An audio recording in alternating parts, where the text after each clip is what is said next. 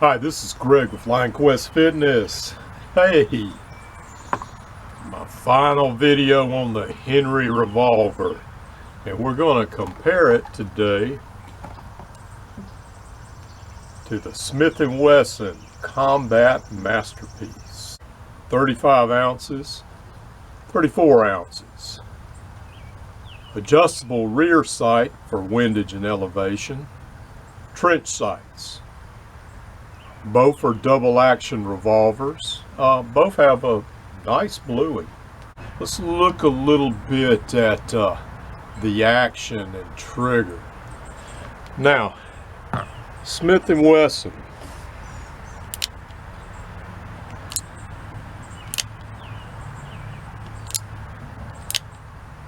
Very distinctive trigger action.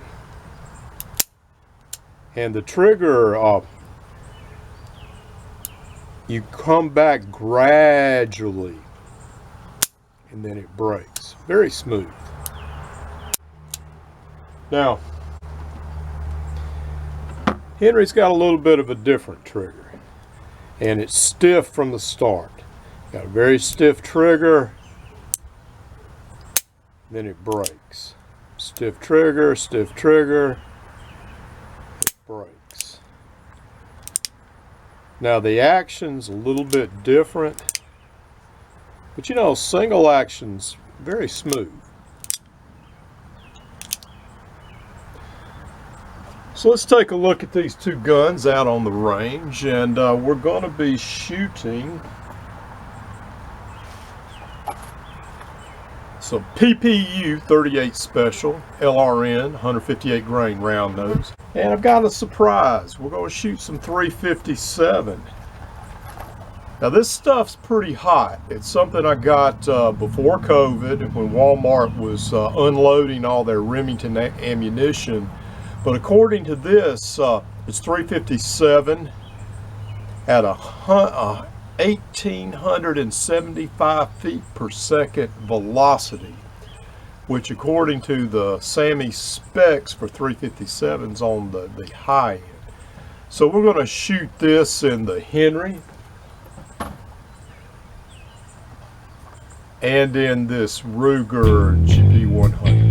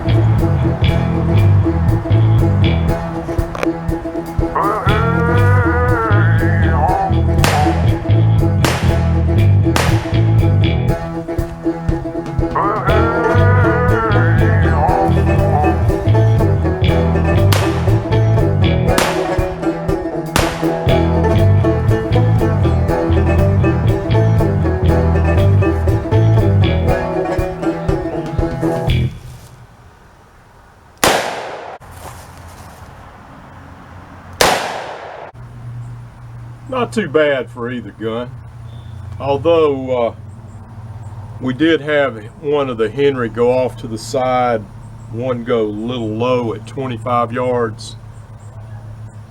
The red was a Combat Masterpiece. At 15 and 7 yards, they seem fairly evenly matched. It's just when came out at a distance of 25 yards that I had the tighter group with the Combat Masterpiece. And I believe that's because of the adjustable sights. And if anything I can criticize the Henry about, it is the sight, that narrow bladed sight. And if anything I could recommend to Henry is that you have a wider sight, front sight, and possibly, and I don't have any problems with a trench sight as long as the front sight, it has some width to it. But I wouldn't say no to some adjustable sights for elevation and windage on this gun. I think it would make a better shooter at distances past 20 yards. Now, one thing I did have to do with the Henry, and I've got some snap caps in here, I'm going to take those out. But I found that in shooting it, using a thumbs forward grip did not work for me. Now, I've got, regular size hands, so I actually had to go back to the more of a conventional grip with the thumb wrapped over. And I'm going to go back to that since I've already gone back to a modified Weaver. I'm probably going to go back to that in shooting any revolver. But other than that, I don't have a lot of complaints about this gun. This grip for me seems to be very good for shooting one-handed. If you do have small or medium-sized hands, though, I probably would recommend you get the bird's head grip. Now, on the plus side, as far as shooting 357, and that was some pretty high 357, you didn't feel a lot of recoil with this gunfighter grip and the ergonomics of the gun. Very little recoil with the 357. Now, if I was to have to choose today between the Henry